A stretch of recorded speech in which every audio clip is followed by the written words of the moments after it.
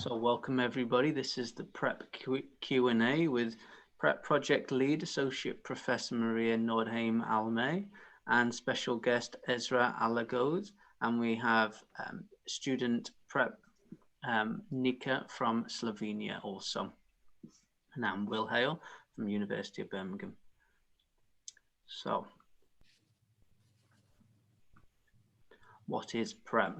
So I'll ask Maria here to give you a little bit of insight into what Prep is about and the start date also to the course. Thank you, Will, and thank you so much for hosting this Q&A today. So Prep, or Physiotherapy and Refugees Education Project, the idea came in 2017 in discussion between some different educational institutions in Europe. And we discussed that it had come back as a feedback from the practice field that knowledge and experience and competence in working with refugees was a bit too low for many. So I decided to make a project where we could understand what the competences needed were, and then also make a course to build these competences. So in 2018, we got funded from Erasmus+, and we started a project that will now last until August 2021. So the main goal is to give physiotherapists, and importantly, it's not only in Europe, it's the whole world, to give the possibility to build competence in working with refugees. Yeah. Brilliant. Okay. And the course is due to start in January, is that right? Yes, that's right. So we have made a digital course. It will be open at January 18th.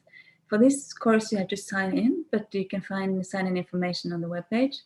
And later, when we have evaluated the course, we will make it open available on different platforms.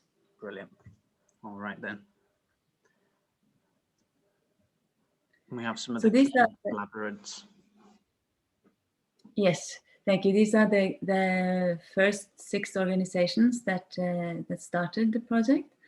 But then what we were very happy to see is that we got help from many other institutions, because we very quickly realized that we didn't have the competence of this.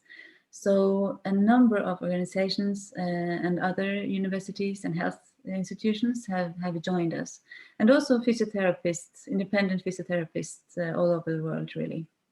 So we're very humble and grateful for this. Brilliant. And I'll ask our special guest Esra to come in here.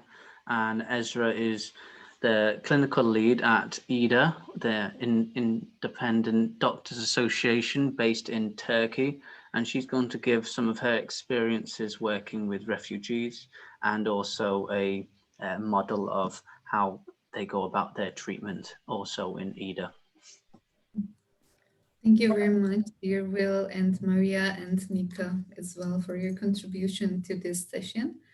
This is Esra Alagöz. As I said, Will, I'm working in IDA and I'm responsible for 2 physiotherapy centers in Turkey. One is in Gaziantep and the other one is in Kilis city. And as IDA in these physiotherapy centers, we are working with 13 physiotherapists and 13 physiotherapy assistants. And we are providing almost more than 2,500 sessions per month for refugees as free sessions.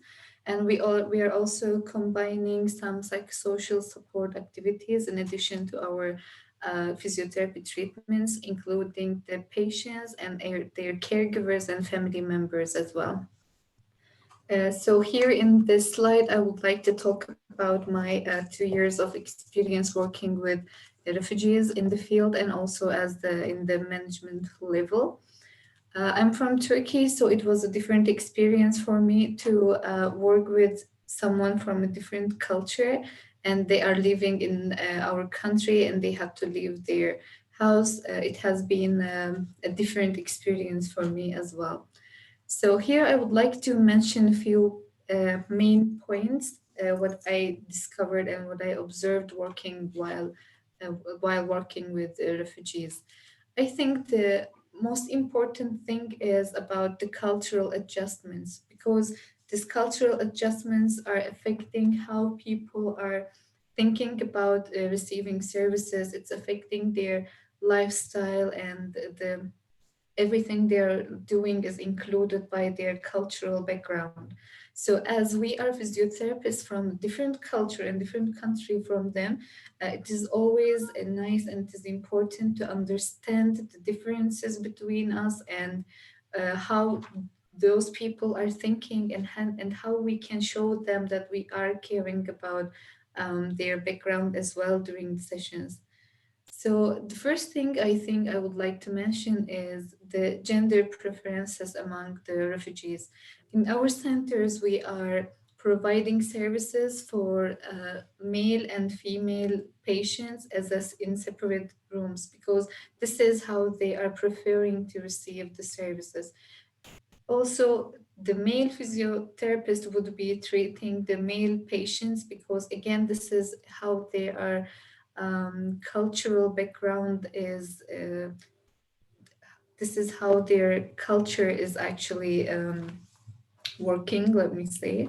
So they would like to be treated by the male physiotherapist if they're male, and if the patient is female, she would be treated by a female physiotherapist. This is how they are feeling comfortable the most. So here in their cultural adjustments, we should also know their lifestyle, because as physiotherapists, when we are making recommendations for the patients, we should know about their lifestyle, so that we can adjust our treatments and recommendations as well. Another thing is, it is also about the religious belief of the refugee or the anyone has. It is affecting the way they are thinking, and it's affecting the way they are maintaining their lives. So, for example, if someone wants to be treated by male physiotherapist or female physiotherapist, we as organization, we are respecting this, and we are absolutely trying to provide them the most comfortable environment we can provide to help them to get their treatments. Some other different topics about the religious side. There are some beneficiaries I faced that when they are having a problem, they think that, okay, God has given this to me, and they you don't see that they are very motivated to receive the treatment. So in this case, again, we should explain them that physiotherapy could help them, and there are treatment methods, but at the same time, it shouldn't be in an irrespectful way of the way they are thinking. Okay, so it is about respect to the culture of the person in front of us. Um, Regarding the sessions we are doing with refugees, another important aspect is the psychological aspect, because those people, I mean the refugees, even if they didn't expose to torture or some war condition, these people, they had to leave their house, and now they are in a different country. They don't know the language, they don't know the lifestyle there, so it is quite different for them, and it is causing pressure in a way or another. So we should be, as physiotherapists, we should be caring about their psychological aspects as well while we are making sessions with with refugee patients. For example, I will give an example. When you are arranging the treatment area, let's say if the treatment area is dark and it is small, maybe this will remind them the jail where they have been once put there, or maybe it would recall some bad memories, so it wouldn't help them to have this session in this environment. Okay, but as physiotherapists, how we can know that this person was exposed to torture or he had bad memories? The first session where we are asking for medical history, it might help. But as my recommendation, we should avoid asking direct questions about these difficult situations, because It is very sensitive and it is a professional area that needs to be taken care of. So if we are feeling like any person needs psychosocial support, psychological support, as physiotherapists, we should refer them to psychologists, or in more advanced cases, it would be the psychiatrist that we are referring them to have some professional support.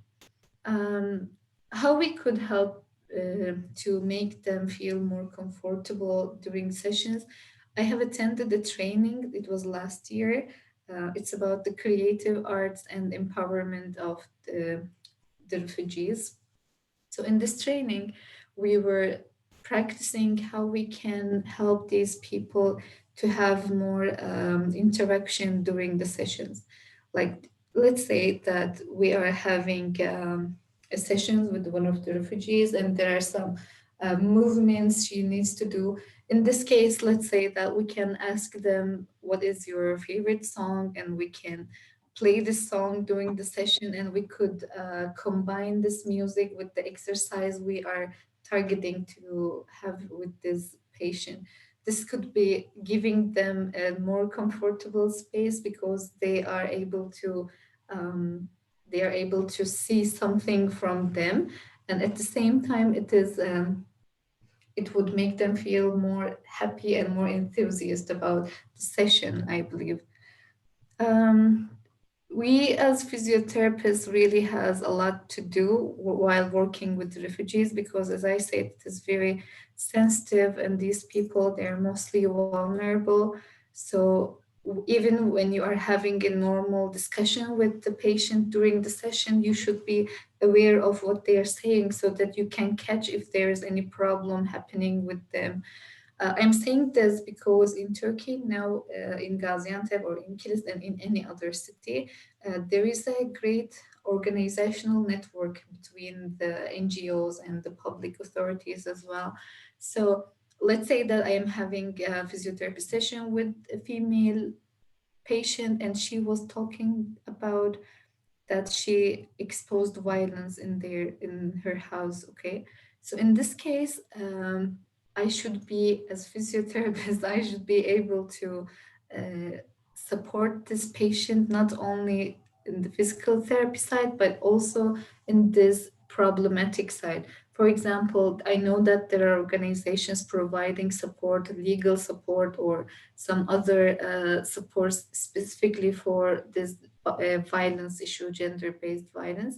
So I should know what are the other opportunities that I could offer to this patient beside of physiotherapy.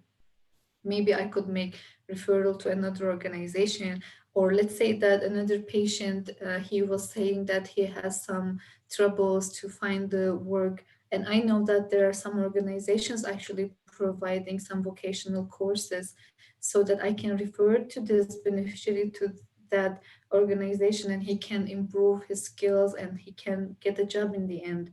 Okay, so we should be careful what they are talking about during the sessions with us so that we can actually help them in many other aspects. Okay, another good thing is, if you are improving one patient, not only physically, but at the same time, you're improving their capacity, you're actually giving them a strong chance to help them to get into society and take an active part in the society more. So our physiotherapy session now, its effect is expanding, and even when the sessions are ending, because of the referrals you made and the information you shared with the patient, you are actually having a more long-term affected session with this patient, and you are increasing their capacity even indirectly.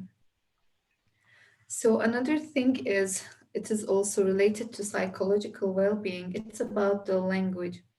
So these people, most of them, they don't speak the language of this new country, and it is a problem for them because they cannot express what they want, or they cannot understand what the people in front of them are telling.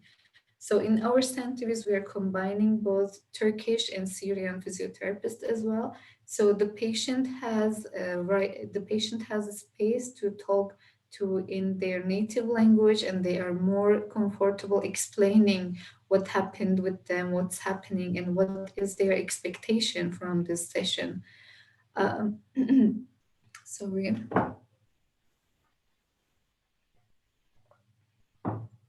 Another thing is when they are communicating with in their native language, it is also increasing the effectiveness of the treatment because they are feeling psychologically more comfortable, they are feeling um, more respected, especially when someone from different culture is showing interest to their culture.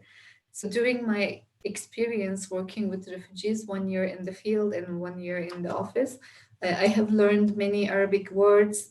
Now I can explain the treatment plan for the patient, like how many exercises he should do in a day, how many times, if you have pain, please stop, or these things. So I learned basics in Arabic. And when I am speaking, sometimes they are laughing because probably I'm pronouncing it in a funny way, I don't know.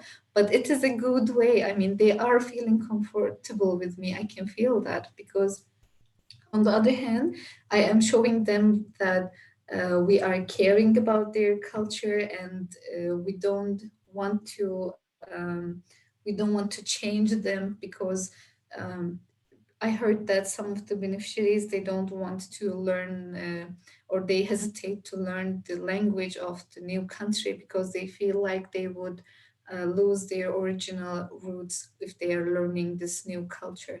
But in this way, if we are also showing interest to their lifestyle and their culture, it is giving this sense that we are together here, and it is like an exchange of the cultures and also the language as well.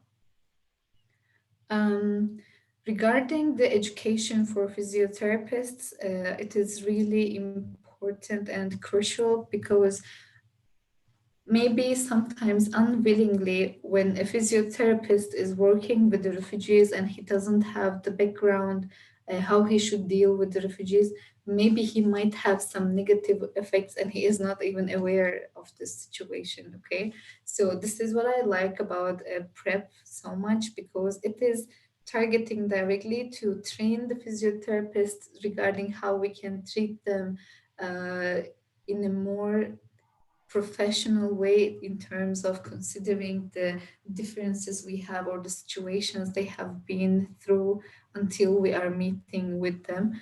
So if the physiotherapist has the background and the knowledge how to deal with these vulnerable and sensitive people, it would give them a better understanding of the patient they're working with. It would absolutely create a more strong, it would create more stronger communication between.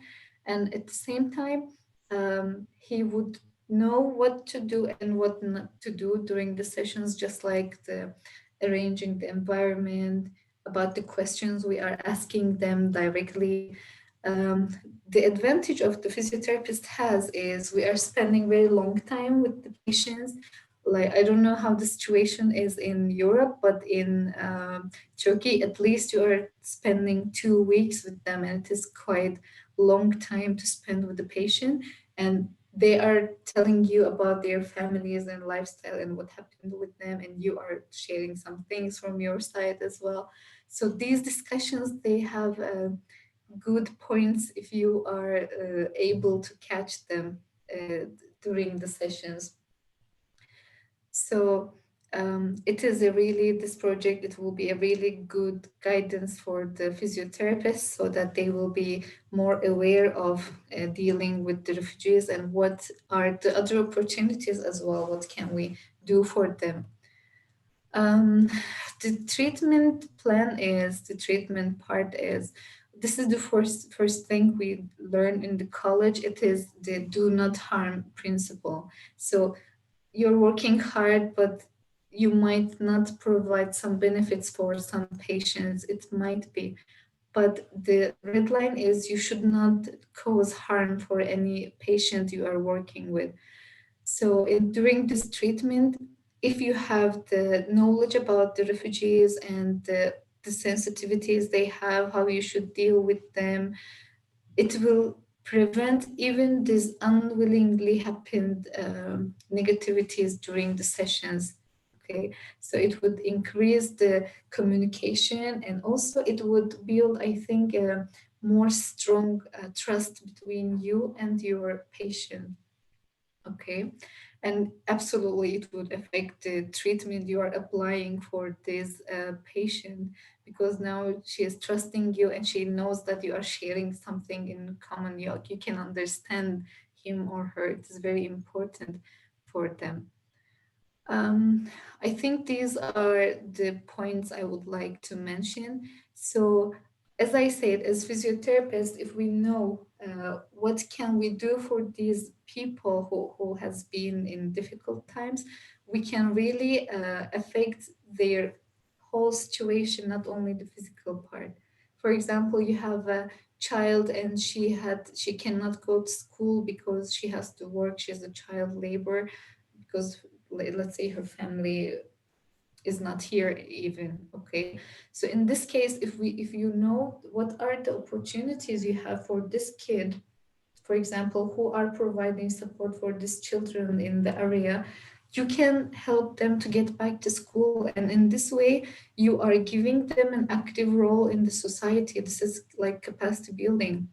Also, this vocational course example, when you are supporting this man who is in his 40s, and he couldn't find a job, and eventually you'll know that there are some opportunities for this person to improve himself and he can get a job. You are actually giving them a chance to have a more an active role into society, and it's increasing the social cohesion of the refugees with the host community. So we as physiotherapists, we are actually doing much more than just treating them physically and helping them to get rid of their pain and to gain more functional capacity.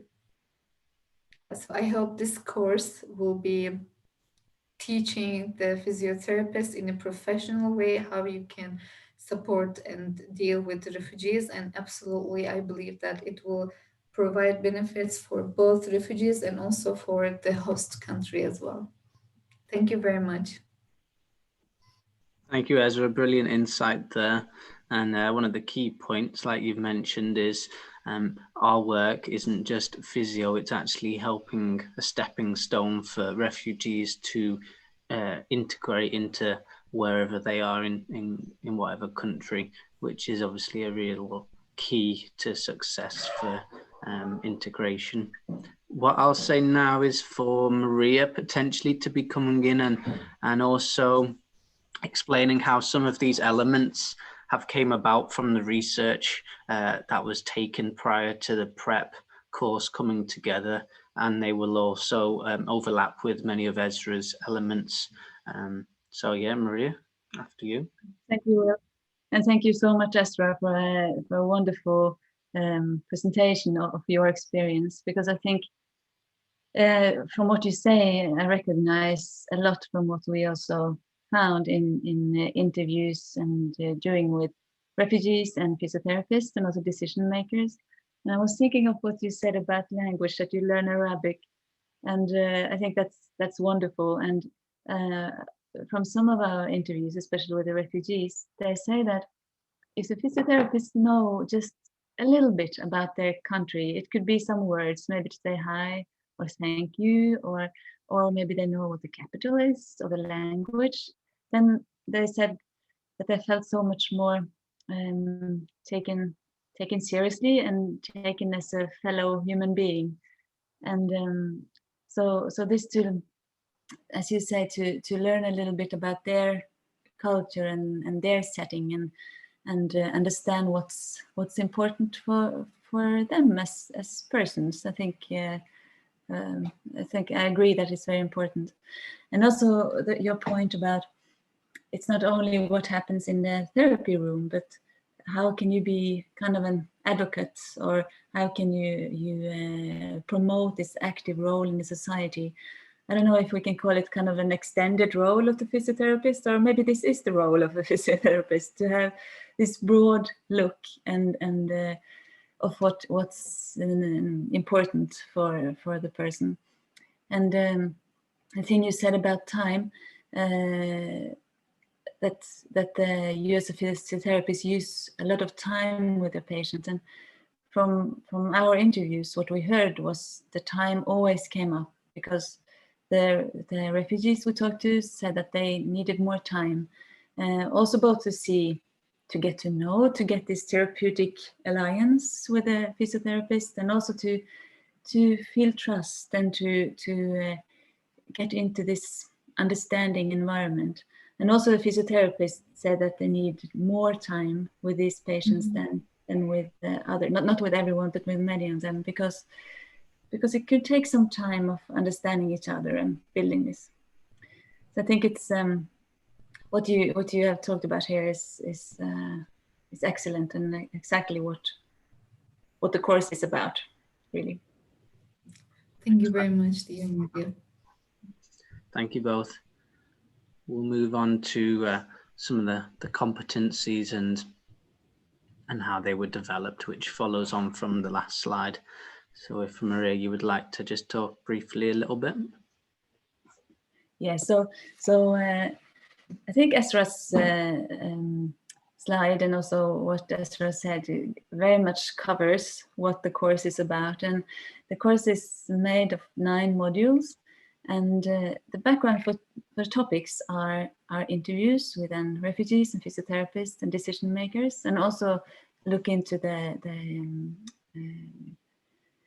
journals and written knowledge about this. And then we have had a panel of global experts within the field, and there are plenty of global experts, so some of them, and they have also pointed to what are the key competence. So we hope that this can be that the course can be a start of gaining more experience and gaining more knowledge, and also it's not just for new physiotherapists. This is the course is intended for all physiotherapists. So there's also a chance of discussing with the other course participants and with the organizations that are involved. So it's to be able to reach the whole world. It's an asynchronous course, but in the course it's possible to discuss in writing, and also there will be some pop-up surprise sessions during these weeks where you can meet people from the field. Brilliant. So, thank you.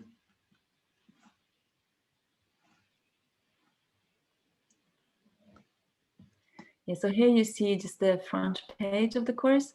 It's based on 9 modules, and by clicking these pictures when you enter the course, then you get into new pages where we have collected material that is made by others, and also material that is made by all the collaborators in the course, because we have had a lot of input from very skilled physiotherapists all over the world. Esra is one of them. So.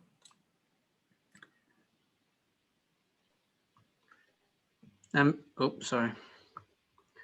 Briefly, we'll look at some of the future opportunities that we see with PrEP, and maybe Maria, you can start with the academic side, and then Esra, maybe you can pop in with the clinical side.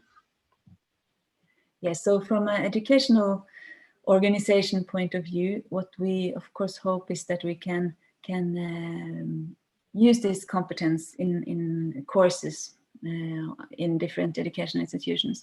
And if you're a teacher or involved with education, we are very happy to come in contact with you, because we are working also with implementing this into programs, either as a whole course or just parts of the course. And we have some bachelor and master students already linked to the course. And if you are an institution and you would like to have students involved in this, please take contact, because there are definitely options for that. And I think this is a very good way of keeping this topic alive and continue in the future. So contact us if you're interested. Brilliant. And Esra, how do you see PrEP helping with clinical or potential opportunities for students as well? So for the students who would like to experience and have training with working with the refugees, we as IDA, we would be happy to host them in our 2 physiotherapy centers in Turkey. In terms of safety, I know because some of people, they have this question mark in their heads. In terms of safety, it's a quite safe place, both Gaziantep and Turkey, and you can accommodate there in a very under very good conditions. So anyone who would like to have and training for a couple of weeks, I don't know, this is still under discussions with Maria and also with the IDA. We would be happy to host them in our centers, and maybe it could be a very good opportunity even for the beneficiaries as well, because they would see some different physiotherapists from different places. Yeah. Brilliant. Thank you. And what we have here is a few questions, and they'll be from Nika, who is one of our students based from Slovenia, and she's going to ask both Esra and Maria a question. And we also have a couple other students that have contributed as well over the past months to both this Q&A and other projects that we have coming up. So I'll ask Nika to take it away. Thank you, Will, and thank you for inviting me to this webinar. First, I have a question for Esra, and it is, do you think having access to PrEP course would give you a head start in your career working with this specific group of patients? Absolutely, yes, because the PrEP project is aiming to train the physiotherapists who are dealing with refugees or who would like to work with refugees, and it is a really professionally prepared course. So as I mentioned in the slides when I was talking, sometimes there are small negativities done by some physiotherapists and they are not even aware about it. So this course would cause a kind of awareness raising for them, and it would cause less mistakes in the field working with refugees. So it's absolutely positively affect your career working with these vulnerable people. Thank you. And Maria, do you think practicing physiotherapists can also benefit from the course, and how? Because students, obviously, they would get ECTS points from it, but how do practicing physiotherapists benefit from the course? Yes, so all participants taking the course will get a certificate, and at the moment we don't issue the ECTS points directly because then you have to be you have to pay the student fee thing. So we are making a certificate saying that the size corresponds to 5 ECTS. So everyone taking it will get it, this certificate. Okay, thank you. Thank you both. Brilliant. Thank you, Nika. And I'd just like to finish with saying a special thank you to all of the universities involved and the health institutions, the NGOs and humanitarian organizations that have contributed. Also to Esra and Maria and to Nika for joining us today. For anyone that's interested in knowing more about the PrEP project, the website's on the bottom there. And hopefully this is the first of many Q&As and potentially speaker series as we develop as well. So thank you for joining us today. Thank you very much, Will, for hosting this webinar today. Thank you very much, dear Will, Nika, and dear Maria, for the contribution for this beautiful Q&A. Thank you, everybody, for having me.